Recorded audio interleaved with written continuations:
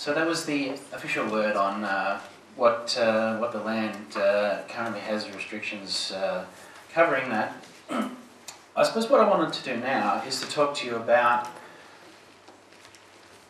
what will not happen. There's been a lot of talk. I've seen a lot of information flying around Facebook and on some of the social media sites. Some of it obviously touches on things that you will obviously get a clarification on tonight. So if we haven't addressed any of those concerns, then there will be an opportunity for questions at the end. So the question of why sell or lease part of the land. Now, I think that's a good clarification to make. There's been a lot of talk about selling the land. Well, that hasn't been decided yet, and that might not be the case. If the best outcome for this organisation is to lease this land to someone else, whether that be a short-term or a long-term lease, then that will probably be the decision we make. We may choose to sell the land, and as you will have seen on the slides, we have acquired that land and we can deal with that land lawfully. But it's really about the reasons why. Why are we actually doing it? Well, there are a number of reasons. We see services growth as a key to our organisation. We have a number of stakeholder communities and stakeholder input coming into this organisation that identifies almost on a weekly basis areas of services that we could actually be delivering and maybe we should be delivering. Now, those areas we don't currently have funding for, and the discussions that the board is having is to address that, is to make sure that we give the executive team the financial flexibility to actually look at new areas of service and grow what we are actually doing. It is unfunded. There is a need for more funding. Although we are a financially stable organisation and we don't need to dispose of the land, we may choose to dispose of the land or lease the land to actually get more revenue in to actually deliver more services.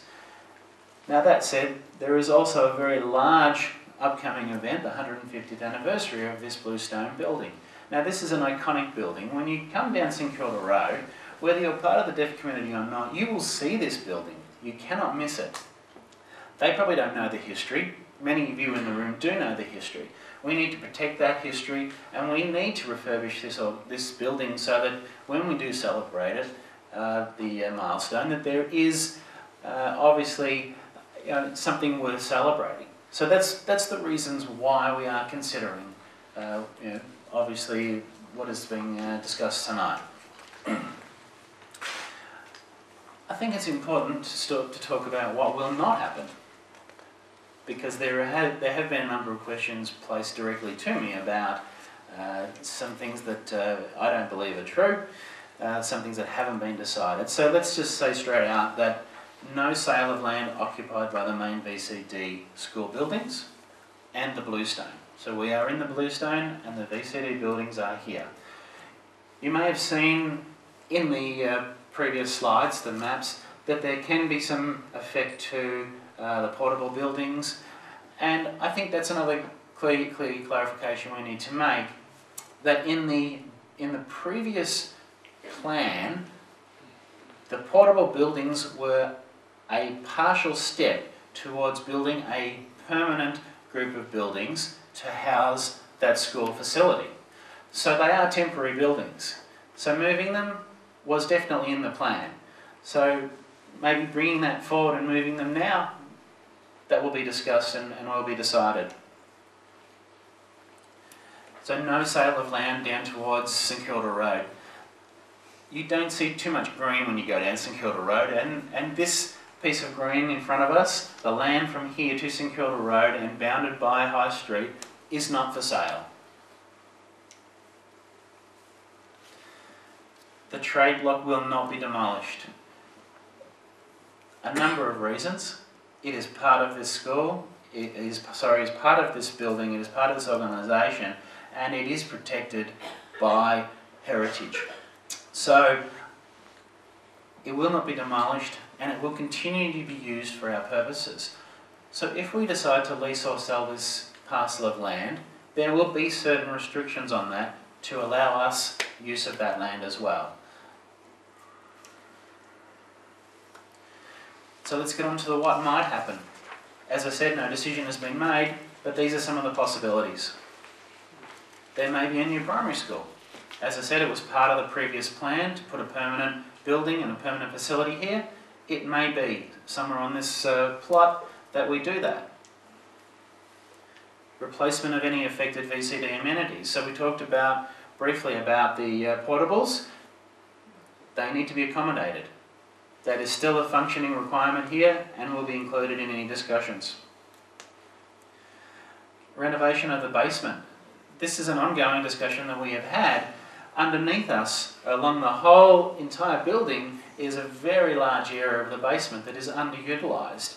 So as a part of the discussions, we're looking at ways to utilise that land either for our requirements or for other requirements that might be used by the deaf community for a central hub. They are open to discussion. Okay, I jumped ahead. Yes, we're talking about developing a historical and cultural hub here in the precinct that we call DCA. It may be downstairs, or it may not be. It may be actually one of the other any other possibilities that come out of the study. I suppose the big question is who will be involved. It will not be an isolated discussion by members of the board that's held upstairs behind the closed doors. That is not what's going to happen. It will be in consultation with many groups. So yes, the board will be involved. Yes, the staff at DCA, including the executive team, will be involved. But also we will involve the council and the staff of VCD. They are current tenants of this land and very important to our future and our past. The government, they are a key stakeholder. They will be included and we will consult with them. Heritage Victoria, I talked about the trade block. Heritage listing, there are a number of buildings in this whole area around St Kilda Road that are heritage listed. You may have seen a few of them being redeveloped down St Kilda Road. They have had to keep the cultural significance of those buildings, and I think that's important. I will actually admit right now that I am actually part of a group called Help Save East St Kilda that is very pro-heritage. So anyway, I won't go into that. We can have that discussion afterwards if you wish. Community members. We talked about utilisation of this area for community. We don't believe it's being utilised as much as it could be, and they will be included in the discussions on how we dispose or lease or how we actually plan to use this land for the future. So the last area I want to talk about is what are we going to do now? Where to from here? So this is the first step. Informing you of the process, making sure it's a transparent process. If you wish, you can be involved in consultation. We're going to have certain information up on our website of how to contribute. We're going to complete an investigation. Now that investigation will be done by professionals, not by the board. So the board has engaged some professionals to look at what is possible so that we can put this information forward and make an informed decision. The development of the master plan, so maybe that's a little bit misleading. It's revising the master plan because the master plan needs to be a living document. It needs to continue to be revised as our environment changes, as our requirements change.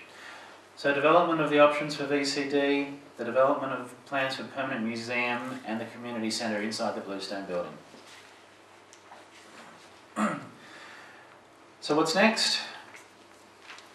We're setting up a reference group.